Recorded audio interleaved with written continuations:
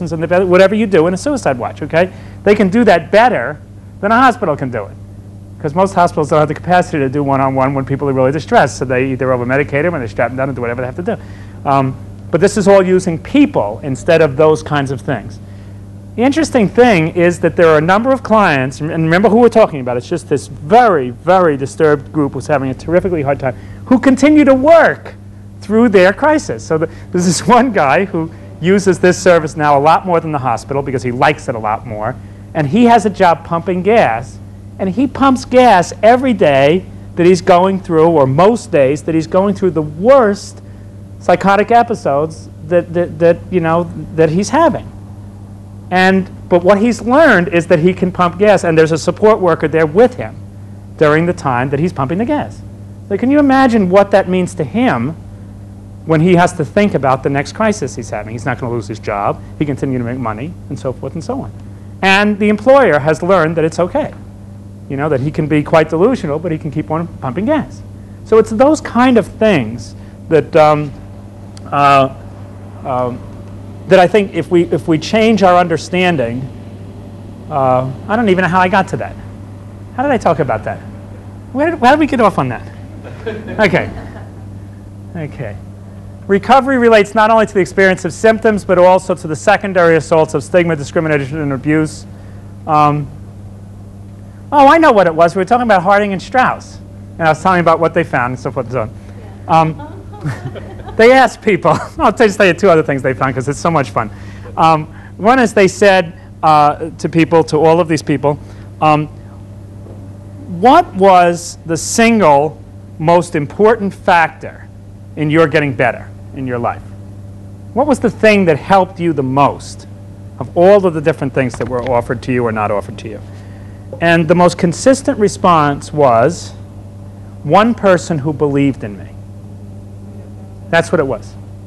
And the interesting thing was, in many cases, that was an old, traditional state hospital ward staff person. Because that's the only person I had a relationship with. There wasn't much in the community, so forth. So, or it was the local person who ran the country store, or it was a family member, or it was a friend. And it didn't matter what the label was. It mattered what the relationship was and the fact that the person was holding out confidence and hope. And that was the single most important factor in recovery for all of these people. The other thing that was fun that they did is they mentioned a number of things that we all sort of rely on in life. And they asked these consumers to rank them in terms of what was most important for them. And they put in mental health professionals, and they put in all these different things. And in terms of what was the most important support to their recovery, number one on their list was family and friends. No matter what the quality of their professional services, number one was family and friends. Number three was pets, because it was so important for people to have somebody or something to care for, okay? And then way down, number 6 was mental health professionals. And medications was down about 12. It's a great story in this study about there's this sort of little elderly woman who was one of the people who came out of the hospital, and Courtney was a young psychiatric nurse, very enthusiastic and so forth, and she was just becoming a researcher. She was learning and so forth, and so like some people just becoming a researcher, she sort of couldn't withhold her enthusiasm during this study, and she was interviewing this woman over and over again about her recovery and her life and so forth, and one day Courtney was looking at her data. You'll like this story. This is probably the only data story I'll tell. Okay. And she was looking over the data, and she seemed to find an effect across all these people that looked like the people that were doing better. Remember the 65% that were doing better? Most of them appeared to be on medication or having taken a lot of medication. So, and of course she was a nurse too, so she had sort of maybe a preconception. Do you think how many nurses might have a preconception about this? Anyway, she had an idea that this might be important. So, but she was a very early on researcher, and researchers, when they learn these things, are supposed to keep their mouth shut. They're never supposed to say it, but she couldn't contain herself, sort of like Pierce. She'd go in, and so she went into this woman, this elderly woman. They sat down, and they had a great relationship, and and the woman said to her, Courtney, you look so, happy today and so up. And Courtney says, yeah, well, I think I'm finding something out, but I really can't tell you. And you can tell me, dear, she says. So Courtney finally sort of spits it out. She says, well, I'm looking at this, and it looks like the people who are doing better are the ones who take medication. And I'm just so excited because if we can show this, this is like an important scientific finding.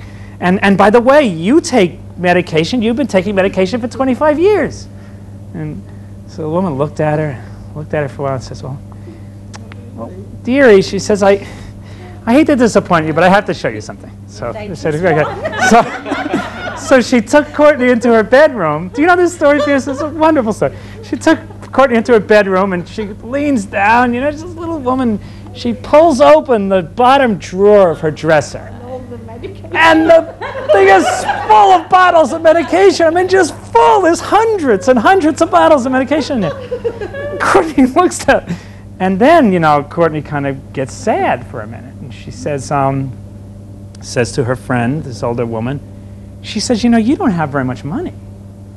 And she said, you've been going down, apparently. She looked at some of the bottles, and she said, you've been going down once a month to the country store. And in Vermont, the country store has the pharmacy, has the everything, And you've been paying a lot of your income for this medication.